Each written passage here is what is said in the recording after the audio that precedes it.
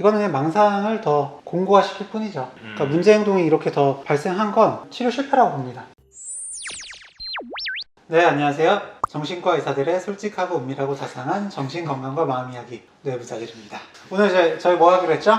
드라마 리뷰입니다. 다들 아실 텐데 이제 영혼 수성공 KBS에서 지금 신하균 씨 주연으로 하고 있는 드라마인데요. 무려 정신과 의사가 이제 팟캐스트를 운영하는 걸로 나오죠. 네, 그렇죠. 깜짝 놀랐죠. 사실 설정 봤을 때. 맞아요. 이거 우리 얘기 아닐까? 이거 누가 봐도 이제 저희 얘기입니다. 저희는 이제 뭐 유튜브에서야 좀 고전을 하고 있지만 팟캐스트에서는 네, 한때 날렸던. 전체 2위까지 올라갔던. 그렇죠. 네. 네, 이 드라마 리뷰 안 할 수 없겠죠. 네, 그래서 실제 정신과 의사들이 보는 이 정신과 드라마 리뷰 시작해 보도록 하겠습니다. 차라리 확 잘라버릴 거예요. 축구 선수가 다리를 자르면 그럼 축구는 그러니까 아픈 축구 선수인데 포기하는 게 다리가 아니라 아파서 안 나가요. 못하는 거라고요. 통증인데 일단 네, 정신과 근데 보고 있는 축구 거는 선수는 뭐 신체화장애나 전환장애 이런 쪽으로 아마 보고 있는 한 달은 거겠죠. 기다려야 됩니다. 내가 잘라줄게. 마음도 고치는데 이 다리 하나 못 자를까봐? 그래 잘 생각했어. 잘라버리자고. 어차피 몸도 아프고 봉도 못 차고 아프기만 한데 잊어서 뭐야 이거. 내가 아주 예쁘게 잘라줄게. 자 수술 준비해. 네. 오동원 쌤 할 말을 잃었어요? 네, 첫 씬부터 약간 할 말을 잃었는데 지금 전기톱을 들고 나타나셨어요. 네. 네. 와, 네. 근데 저거로 잘리나요? 소독이고 뭐가 없죠? 네. 설마 내가 여기서 자르겠어? 수술방으로 옮겨. 사실 보시는 분 중에 진지하게 믿으신 분은 아무도 없겠죠. 그렇겠죠. 네. 걸어요. 거의 유주얼 서스펙트급의. 뜨기 시작하죠. 좋습니다. 네. 네. 완치시키셨네요. 신체 증상 장애라는 게 있어. 신체 증상 장애. 아프다고 느끼는 일종의 신경증. 경기에서 자꾸 지니까 자신감이 떨어지고 그럴수록 성적은 더 안 좋아지고 스트레스로 멀쩡했던 다리가 아프다고 느끼기 시작한 거지. 세상에 실수 안 하는 사람이 어딨다고. 오 선수는 실수했을 때보다 잘했던 때가 더 많았어. 마음이 따뜻해지네요. 일단은 신체 증상 장애라는 진단이 진짜로 있고 이런 질환이 있고요. 갑자기 다리 감각이 떨어지거나 다리뿐만 아니라 다른 곳에 뭐 시신경이 마비되거나 굉장히 흔해요. 굉장히 흔하고 당연히 이런 방식으로 치료하지는 않죠. 일단 이 장면을 보면서 저는 할 말을 잃었습니다. 다들 할 말 읽고 열심히 보던데. 근데 할 말을 그냥 잃었다는 말밖에 못 하겠어요. 이렇게 행한 치료법이 되게 위험한 게 사실은 환자한테 이거는 마치 너가 할 수 있었는데 못하고 있던 거 아니냐, 너무 약간 꾀병이다라는 식의 인식을 좀 심어줄 수가 있어서 메시지가 그렇게 전달될 수도 있잖아요. 그리고 일단 진짜로 아픈 거잖아요. 아픈 걸 인정을 해줘야 되는데 너 이거 아픈 거 아니니까 내가 잘라버린 약간 위협을 하는 걸로는 제 생각에 사실 이렇게 마포 형성이 될 수가 없어요. 너 이거 아픈 거 아니잖아 라는 메시지잖아요 사실. 말하자면 진짜로 아픈 게 아니고 다리를 쓸 수 있었다라는 거를 직면시킨 거죠. 근데 이럴 때 이렇게 지금 이 선수처럼 잘 받아들이는 분들이 있을 수도 있겠지만 대부분은 그 과정에서 수치심을 느끼고 반감을 갖고 치료에서 튕겨져 나가기가 되게 쉬울 거라고 생각을 해요. 그래서 되게 중요한 게 이런 통증이 네가 실제로 존재하지 않는데 꾸며낸 것들이 아니고 네가 정말 그렇게 느낄 수 있다는 걸 충분히 인정해 줌으로써 관계 형성을 한다라고 사실 하잖아요. 이분은 이제 정신과에 오기 전에 딴 과를 이미 다 돌았을 거라고. 맞아요. 이제 정형외과나 그렇겠죠. 뭐 네. 신경외과나 신경과나 다 돌아서 온갖 검사 다 하고 너 이상 없으니까 정신과 가라라고 했을 때 이미 많이 상처받았을 사람인데 그리고 이렇게 바로 나을 수가 없죠. 네. 그러니까요. 만약 실제로 이랬으면 거의 공황 발작 왔을 거예요. 실제로 진짜 자를 거라고 믿는 분이셨다면은. 네, 하지만 드라마의 드라마의 극적인 재미있는 장치니까요. 인트로라고 우리는 네. 생각하고. 다음 장면 보시죠. 네. 얘를 길바닥에 냅두게 죽으면 어떡해요? 그쪽이 무슨 상관이에요? 무슨 상관이냐고요? 얘가 지 엄마한테 버리고 있다고 생각하면 좋겠어요? 머리 꽂혀주려고 그랬대요. 우주 씨는 왜 그 아이한테 마음이 갔던 걸까요? 질문 잘 던졌어. 우주 씨가 그랬. 우주 씨 인생은 6살 전과 6살 후로 나뉜다고. 괜찮다면 그때 얘기 잠깐 해볼까요? 지금 이거랑 제 과거랑 무슨 상관이 있죠? 계속 피하는 건 도움이 안 돼요. 아니 피하는 게 아니라 저 오늘은 이만 가볼게요. 아직 상담 시간 남았는데. 끝까지 나가네요. 네. 네.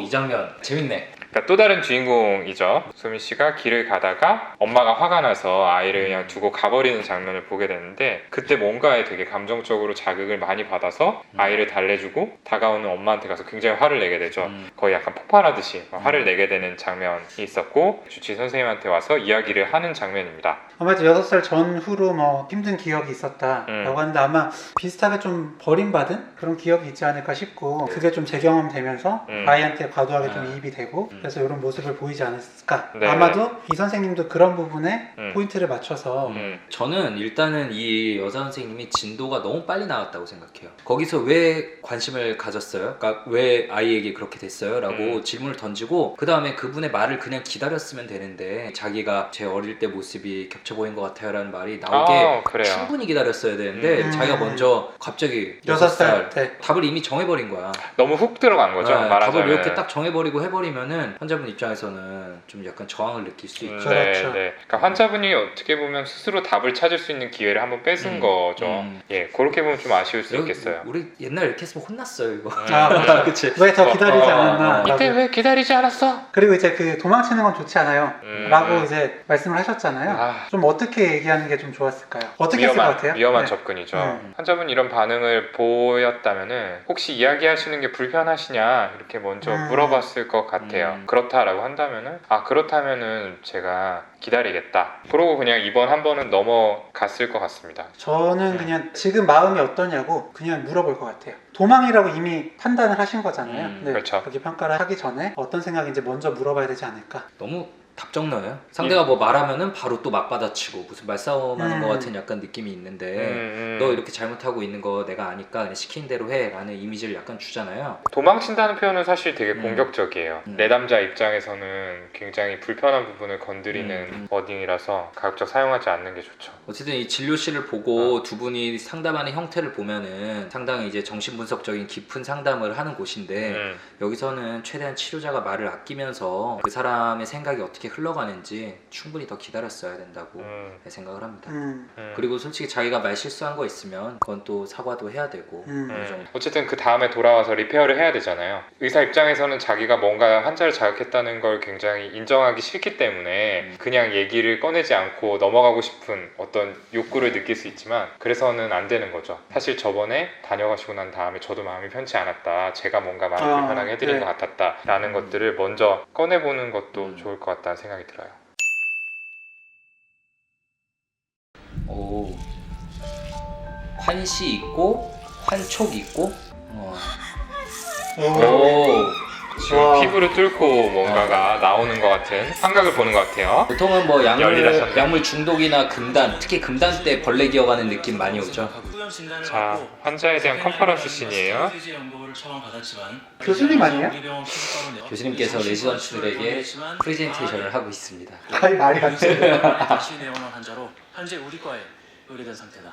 네, 아, 반말하는 거 보니까 교수님이에요. 맞아요, 교수님이에요. 네. 망상일 가능성이 높다. 뭐 소독약, 살충제, 제초제까지 벌레 잡는 건 전부 다 뿌렸어. 그럼 살충제 중독도 의심해봐야 하는 거 아닐까요? 이 환자 치료를 어떻게 시작을 해야 될까?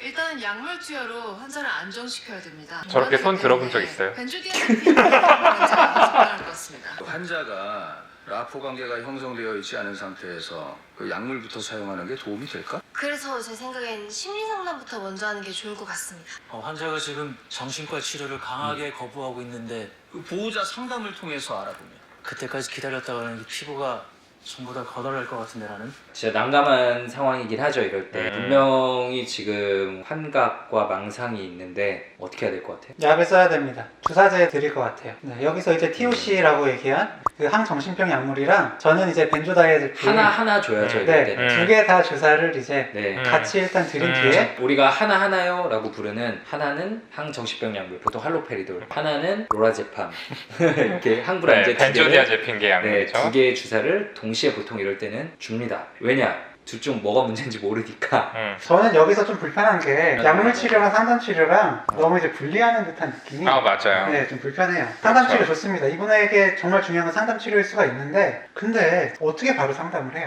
좀 안 되는데 안정화를 시킨 뒤에 상담을 해야 되는데 마치 라포가 형성되기 전에는 약물 치료는 안 된다. 네, 라는 식으로 좀 얘기가 되는 것 그렇죠. 같아서 그리고 또 뭐 약을 줘야 되는데 그럴 때 바로 상담을 어떻게 해도 시도가 안 된다. 둘 다 그냥 너무 흑백으로 보고 있어가지고 맞아요. 어떻게든 사실 상담을 시도를 하고 계속적으로 접근을 했는데 안 되는 경우에 어쩔 수 없이 해야지. 저희도 사실 환자나 보호자분들에게 할 말이 있죠. 우리도 이렇게 노력을 했는데 지금은 다른 옵션이 없고 일단 증상을 가라앉히기에 본인이 원치 않더라도 약물을 줄 수밖에 없다라면서 주사를 주게 되죠. 이럴 땐. 그래서 보통은 이제 환자분들한테 고지를 하죠. 지금은 조금 마음 불안하신 부분들도 있고 해서 저희가 부득이하게 주사를 놓을 수밖에 없을 것 같다, 안정을 위해서 이렇게 설명을 하고 그래도 협조가 되지 않으면은 뭐 강박을 하게 되는 경우들이 있죠. 근데 지금은 그렇게 해야 되는 상황인 것 같아요. 왜냐하면은 이거를 그냥 두었다가는 교수님도 얘기를 했지만 환자가 스스로 피부를 더 상하게 할 가능성이 높잖아요. 이러면 자해의 위험성이 높다라고 봐야 하기 때문에 일단은 환자분이 동의하지 않아도 약물 투여를 우선으로 해야 된다고 생각을 해요. 잘하면 심리부검부터 할 수 있겠는데? 내 환자는 내 방식대로. 자, 이 씬을 보면은 두 사람의 견해가 많이 갈린다는 걸 알 수 있죠. 한 사람은 약물 치료 위주고 한 사람은 심리 상담 위주고. 네. 좀 둘 다 쓰지. 이건 뭐 둘 중에 하나가 옵션이 되는 문제는 아니라서. 보시겠어요? 이 사진은 벌레가 안 보이죠? 그 벌레들은 지금 김유라님 눈에만 보이는 것 같은데 나보고 미쳤다는 거지? 피부과에서 협진을 한 김유라 환자 지금 바로 입원시켜. 알겠습니다. 이런 입원이세요? 지금 환자 저항이 심하니까 일반 병실로. 저항이 심하니까 일반 병실로 입원을 시키라는데 하겠어? 많이 잘못됐습니다. 네. 네. 네. 교수님이라고 이제 생각할 수 없을 정도로 치료 원칙을 완전히 무시하셨죠. 네. 어떤 부분이 그렇게 보이셨나요? 일단 사진을 보여주면서 망상을 완전히 부인하셨다. 망상을 어떻게 대해야 되냐라는 거에 대해서 정신과 교과서에서는 이렇게 말을 해요. 망상을 긍정도 부정도 하지 말라라고 말을 하죠. 진짜 애매한 표현인데 한마디로 적당히 눈치 보면서 단계가 더 쌓일 때까지는 좀 시간도 끌고 그렇게 해야 된다는 거거든요. 근데 방금은 너무 심하게 직면시켜버렸죠. 그 상황에서 누가 받아들여요 거기서? 진짜 없네? 내가 이상하네? 라고 하면은 그건 망상이 아니에요. 사실 망상인지도 모르고 일단은 그렇게 보이고 그렇게 느껴졌다면 너무 힘드셨겠다. 그렇죠. 이렇게 가야죠. 실제로 얼마나 힘들었겠어요. 그러니까요. 사실 그러니까요. 조금만 생각을 네. 해보면.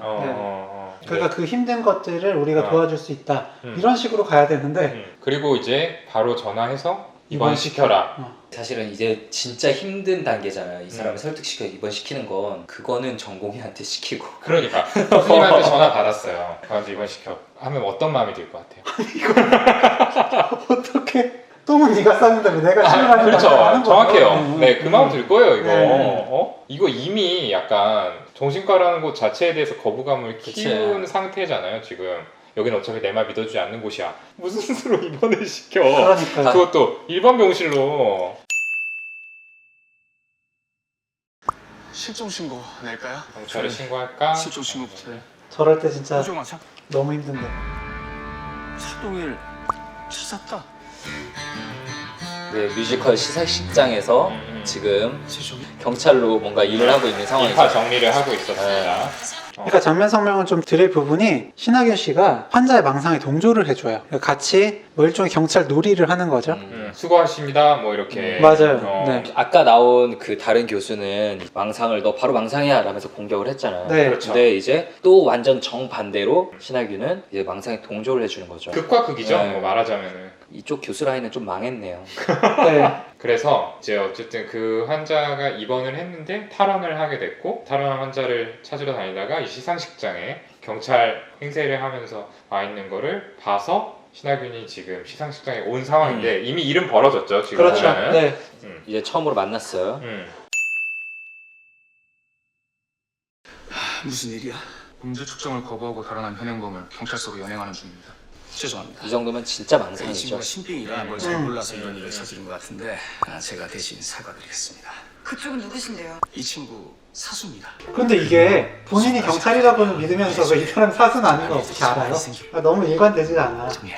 그러니까 이 상황을 어떻게든 조금이라도 해결해 보려고 자기를 동료 경찰이라고 믿는 망상을 지금 이용하는 거잖아요. 그러니까요. 그런데 이런 행동은 진짜 망상을 강화시키는 요인이 되죠. 맞아요. 제 생각에는 아마 이제 못다한 꿈 같은 것들이 이런 망상을 좀 유발하는 심리적 요인이 되지 않았나 싶어서 그런 소망들을 좀 채워주는 일종의 치료를 하고 있었던 게 아닌가 싶은데 일단은 그 망상에 동조한다는 것 자체가 어떤 환시나 환촉, 뭐 망상 이런 부분에 대해서는 부정을 하는데 동조를 하잖아요. 그렇죠. 이 역시도 잘못됐다. 환자 치료자 관계를 뭐 맺기 위해서든 힘든 뭐 부분을 이제 좀 채워주기 위해서든 간에 이거는 그냥 망상을 더 공고화시킬 뿐이죠. 그러니까 문제 행동이 이렇게 더 발생한 건 치료 실패라고 봅니다. 신하균이 왜 이렇게 행동을 했는지는 알겠어요. 괜히 이제 뭔가 문제가 더 커져서 환자한테 불이익이 돌아가게 될까봐 걱정을 했던 거겠죠. 근데 참 양날의 검 같은 방식이에요. 그렇잖아요. 이런 경험이 한번 쌓이면은 사실 이것들이 망상을 더 공고히 하는 증거로 사용이 될 수 있기 때문에 보통은 이런 식의 접근을 하지 않죠. 아무도 안 하죠. 뭐 저희가 진리는 아니니까요. 뭐 말하자면 네. 예, 저도 그렇게 생각합니다만 그냥 이 장면을 보면서 든 생각이 그냥 이런 상황을 어떻게 좀 이용을 해가지고 환자로 하여금 좀 인사이트를 갖게 하는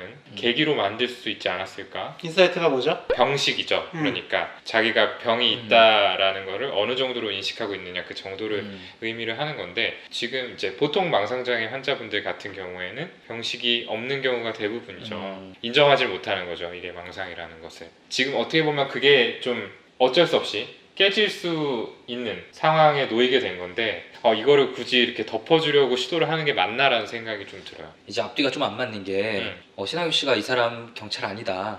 사실 내가 환자다라고 얘기를 했잖아요. 그럼 정말 망상장애가 있는 분이라면 지금 진짜 난리 났죠. 네, 난리 그렇죠. 났죠. 네. 당신이 뭔데 뭘 한다고 그렇게 얘기를 하느냐. 그냥 되게 뭔가 들킨 사람처럼 침울한 표정으로 그냥 듣고 있거든요. 절대로 이런 리액션이 나올 수 없거든요. 만약 담당 의사다.